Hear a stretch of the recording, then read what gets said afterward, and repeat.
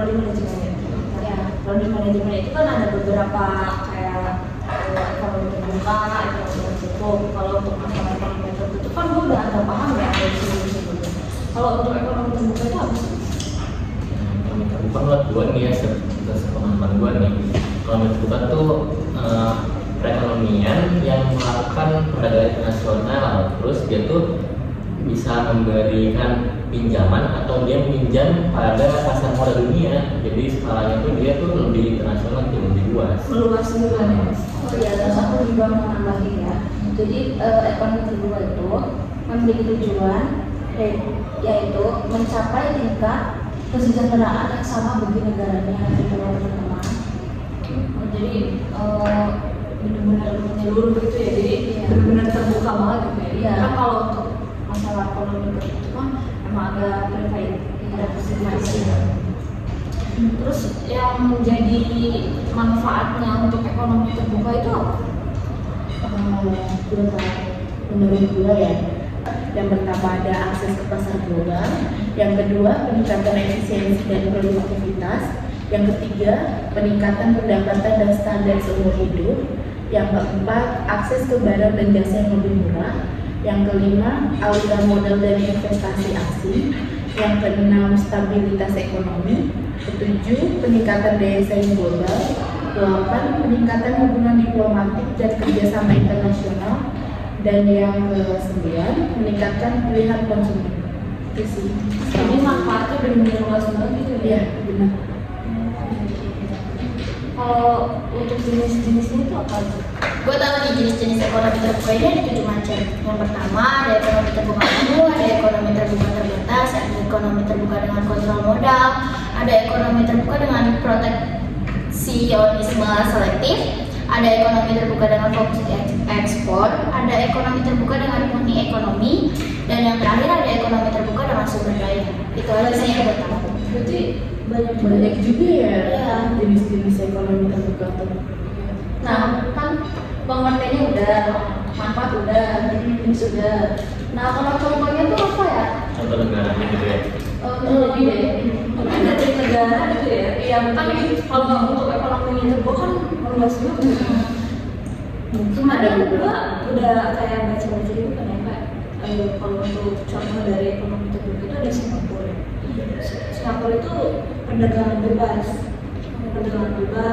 terus tarif rendah dan sangat bergantung pada ekspor sama impor juga, kayak gitu.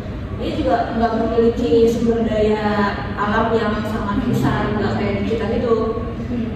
Sehingga mengandalkan perdagangan internasional untuk mendapatkan bahan baku dan mengekspor produk jadi kebanyakan sih itu ya. Terus kemudian ada Jerman itu juga mengekspor barang-barang manufaktur seperti mobil, mesin dan peralatan industri kayak gitu. Jadi banyak manufaktur dari Jepang ya. Kayak made in China kayak gitu. Ada Korea Selatan, salah satunya negara maju dengan ekonomi terbuka yang dinamis yang bergantung pada ekspor barang-barang elektronik. Kayak Samsung gitu, Samsung handphone, Itu dari Korsel kan? kayak Samsung terus otomotif kalau kita tuh Hyundai, mobil Hyundai Ya, itu dari salah satu dari mereka. kayak itu. Ya. Kalau aku belum tahu tujuan ekonomi terbuka itu apa ya? Tujuan ekonomi terbuka itu yang pertama itu mendorong pertumbuhan ekonomi, meningkatkan efisiensi ekonomi, memperkuat hubungan diplomatik dan ekonomi antar negara, meningkatkan investasi asing, sama yang terakhir itu menciptakan lapangan kerja. Juga dia menciptakan lapangan kerja juga. Iya, jadi banyak. Kalau fungsi ekonomi terbuka, Nah, berarti dia fungsinya tuh banyak kan ya, berarti ya skala internasional kan ya. Berarti dia bisa mendorong kan perdagangan internasional juga bisa tuh, terus meningkatkan akses terhadap teknologi dan inovasi itu pasti kan ada ya, berinovasi terus setiap tahunnya. Terus meningkatkan aliran modal dan investasi pasti kan itu.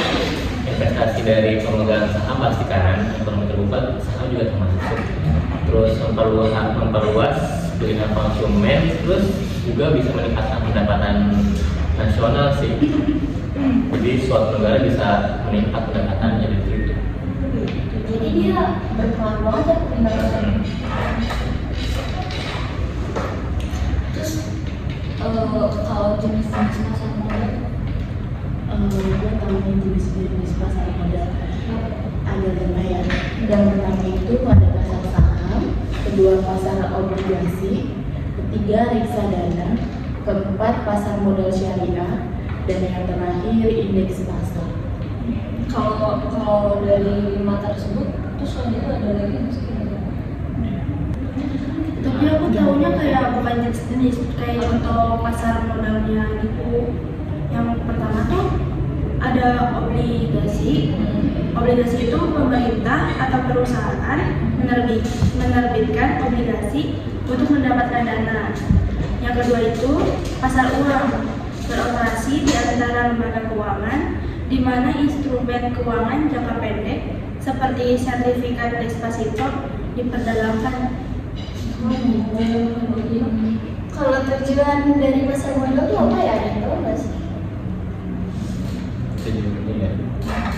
Tujuannya seperti bisa jadi buat pendanaan bagi perusahaan yang kekurangan dana itu bisa di situ kan, bisa digunain. Terus likuiditas, terus transportasi dan regulasi. Terus berarti dia pasar modalnya diatur, terus dapat perlindungan bagi investornya karena dia akan pasti punya informasi yang jelas tentang perusahaannya kan. Jadi dilindungi gitu ya. Terus ada indikator ekonomi, dia tuh kinerja pasar modal yang sering dijadikan indikator atau enggak acuan suatu kesehatan ekonomi di suatu negara. Terus ada peluang investasi juga, dia bisa jadi peluang atau jadi potensi imbal hasil bagi investor gitu loh. Terus ada pertumbuhan ekonomi, dia tuh bisa menyediakan akses kayak tadi bisa jadi akses buat pendanaan. Terus juga pasar modal itu berkontribusi pada pertumbuhan ekonomi secara keseluruhan. Berarti kan itu pasti punya tujuan kan, adanya pasar modal pasti punya tujuannya. Terus tujuannya apa sih ya? Ada yang modal? Tahu sih, tapi mungkin kalau ada salah kasih tahu ya. Ya, kalau setahu aku ini memberikan peluang kepada masyarakat untuk mengambil peran dalam pertumbuhan ekonomi. Lalu ada juga memberikan peluang atau kesempatan kepada masyarakat menjadi bagian dari kepemilikan perusahaan. Terus yang terakhir memberikan peluang kepada pelaku bisnis untuk memperoleh sumber modal dalam rangka melakukan ekspansi sih. Itu aja sih yang mau tahu. Kalau dari fungsi pasar modal itu sendiri apa? Aku tahu.